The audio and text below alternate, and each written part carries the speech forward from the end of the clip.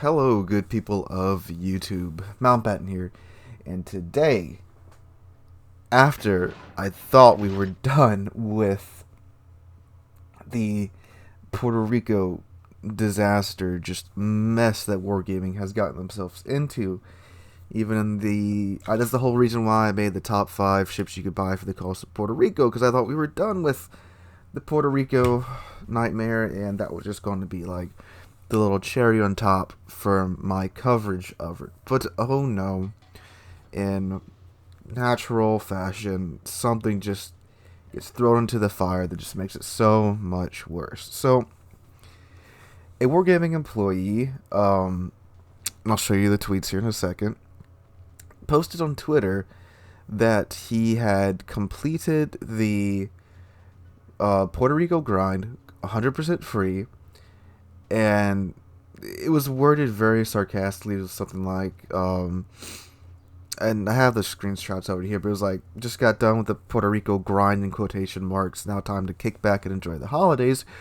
which, fair enough would have been, fine. But his responses to some people's criticisms of his completion of the Puerto Rico grind has been quite trollish. He's basically trolling everybody, and I'll link the Twitter in the description below. And I did have to say I saw this on Flamu's channel first, so that is where my attention was brought to this, and I gotta say, it's just like, really, we were done with it.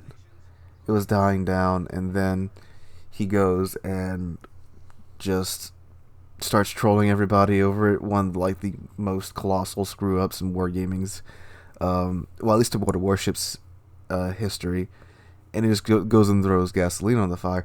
And on top of that, he didn't complete it for 100% free, because if you look in the video, because he posted a video on Twitter of him, quote unquote, completing it, he has the 3 doubloon boosters. That's $100 worth of doubloons. Now, he is a wargaming employee, so he might just get doubloons for free. Or, I guess, if he's been playing for long enough, he can somehow have $100 of doubloons just sitting around.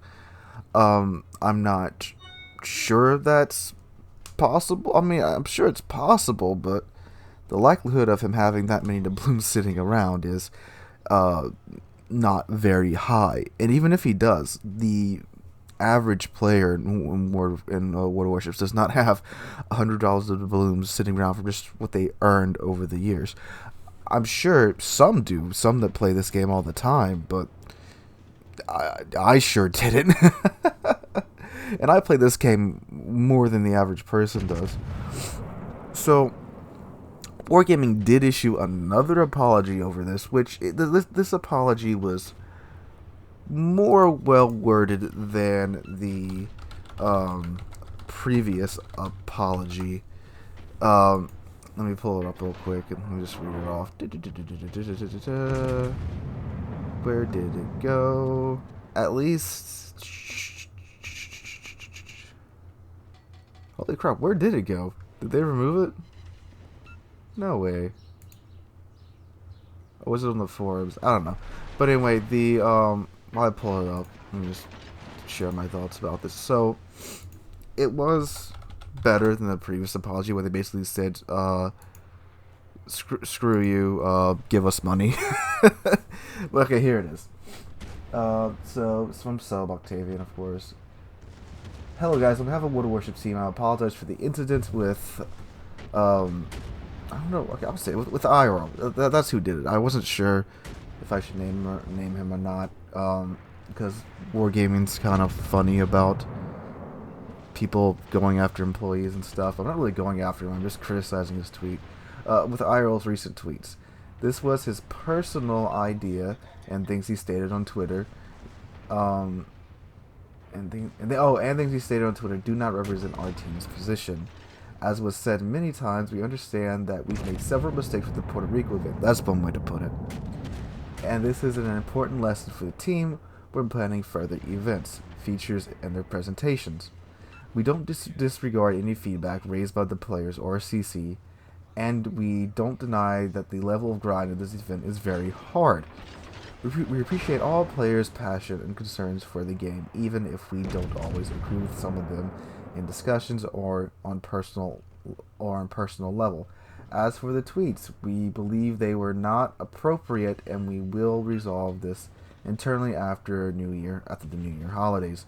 Unfortunately, there's nothing we can do about it now, but again, please take my sincere apologies. So, it's better than the last apology.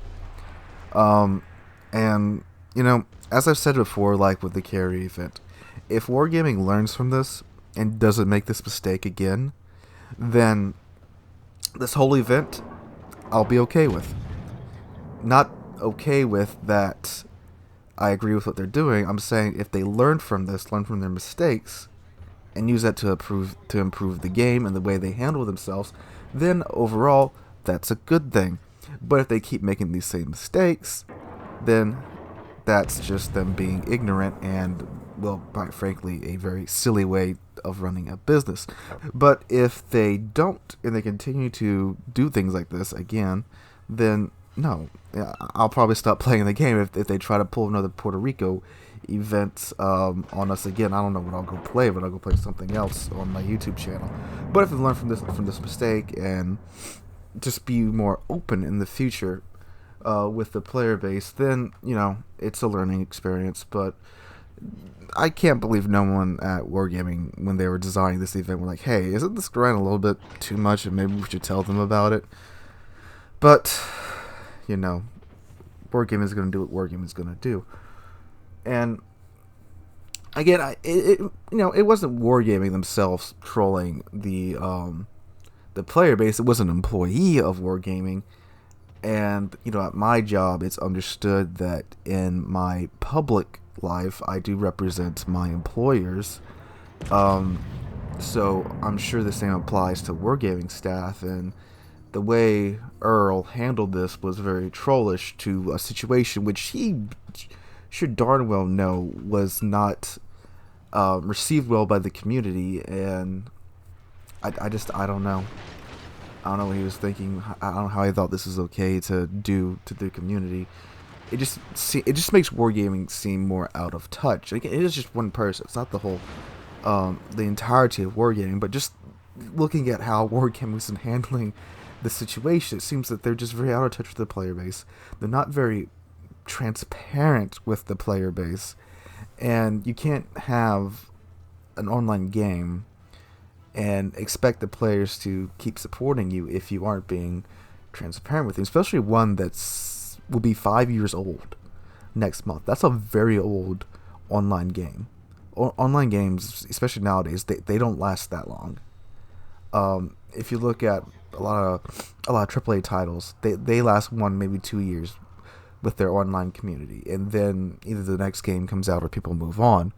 But with World of Warships, with a prolonged online game, you can't treat the community like that and expect the game to live. So they gotta mop something up for 2020. And with the whole Puerto Rico event, the dockyard, excellent idea.